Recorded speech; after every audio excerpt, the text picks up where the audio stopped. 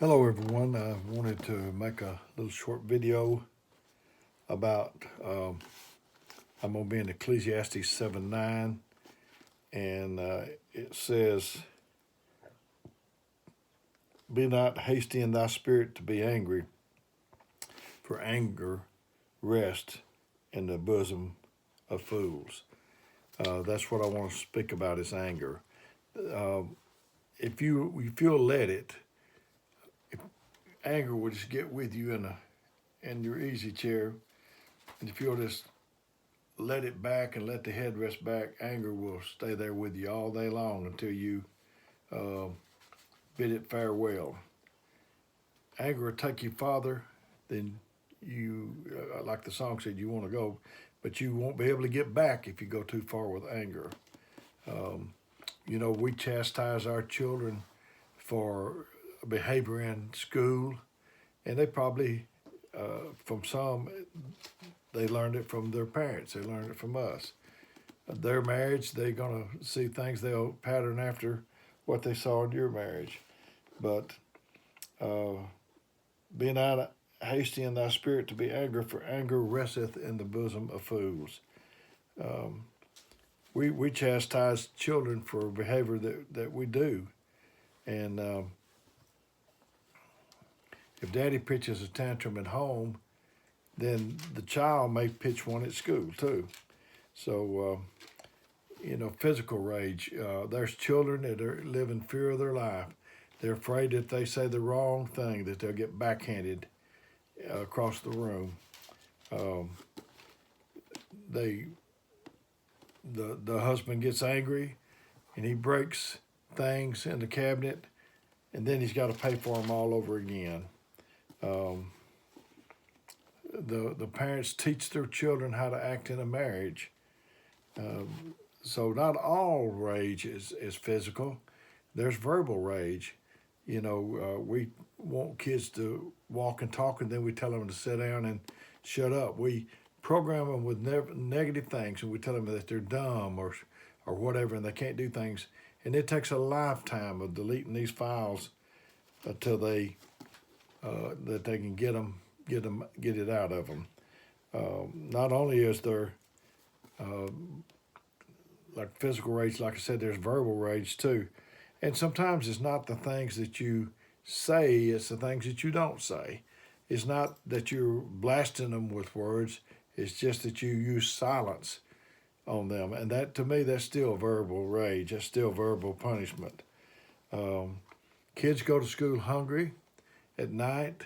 Uh,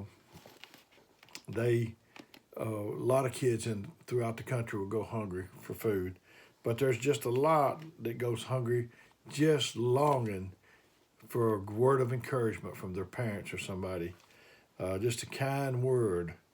Um, and there's emotional rage. Um, Another tactic of the enemy is to get you tired. Um, I used to like to watch boxing. I don't know why I did, but anyway, there'd be a big old guy in the ring, a little bitty guy, and looked like the big guy's going to clobber the little guy. But the little guy just gets to running around the ring. The big guy's got his hands up like that, and by the time he just drops them little at a time till the little guy just mops up with him. That's what Satan's trying to do, is make you tired. Um, some people want children, and they say, I'm tired of not having children. I go around my friends, they've got children. And then there's people that's got 5, 6, 7 children, and the woman says, I'm tired of children. That's all I do all day long is just tend to kids. So the enemy will try to make you tired. Even the turtle, if you provoke it, it'll go back in its shell. So when someone's not responding to you, they're tired of your anger and your tactic. And over in Ephesians, I think, in the 4th chapter, he said, be angry and sin not. So he didn't say don't be angry and sin not. He said be angry and sin. Now, God knows that we're going to be angry, but just don't let that come to be too frequent.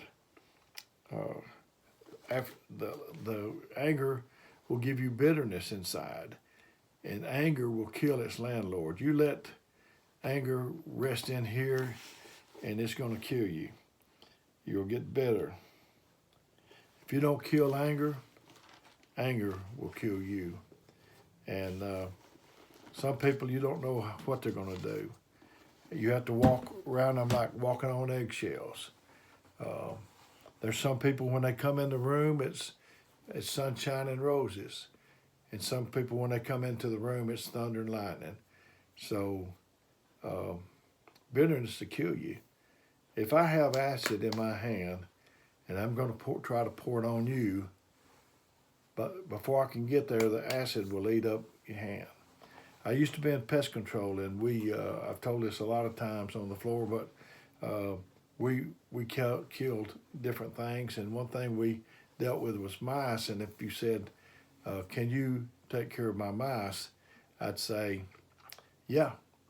And I'd say, I got these snap traps. And you say, oh, no, I don't want that. That breaks its neck. It's not human to me. It's inhumane or whatever. And I said, well, okay, I got these glue boards. They said, oh, no, that's not good. That they get stuck on there and it just pulls their little limbs apart. And I said, well, the only other option I got is bait. Well, that'll be fine. So what you do is you leave the bait, you come back and check on it at the required time, like a month or whatever. But say if I put the bait out and I'm just standing back watching for the mouse to come get the bait, it doesn't happen soon enough, I lose patience, and I say, well, I think I'll just take the bait. So I take the bait and eat it. And then I back up and I'm waiting on the mouse to die. You know, that is, I know what you're saying, that's pretty bad, but that's what we do. We take the bait and we're waiting on it to take effect with somebody else when it's not going to do it. We think somebody's acted in a way or done us wrong in a way that they don't deserve a blessing, and the next thing you know, they get a blessing from God, and here we are over here. We don't get one because we've judged. So anger is a big problem, and if you have an anger problem, anger management problem, ask God to help you and to see if you can. I know God wants you to do better, so I'm sure He will help you. I love you. I tell you what, it makes me I've always made me be nervous to be around people that flip a wig or whatever you want to call it. It said, it talks about temperance, and that's self-control. We are to be able to control ourselves. And it said in the Bible that he that hath no control of his own spirit is like a city that's broken down without walls. That's the way they used to defend their cities. Like Jericho, they had those walls up there that God had to let come down. So that is your defense. If you don't have temperance, if you can't control your anger, people can just come and walk right over you. So I think this is good for some people. This message probably wasn't for everybody, but for some, I think that you probably needed it, and I need to be reminded from time to time. Thank you very much.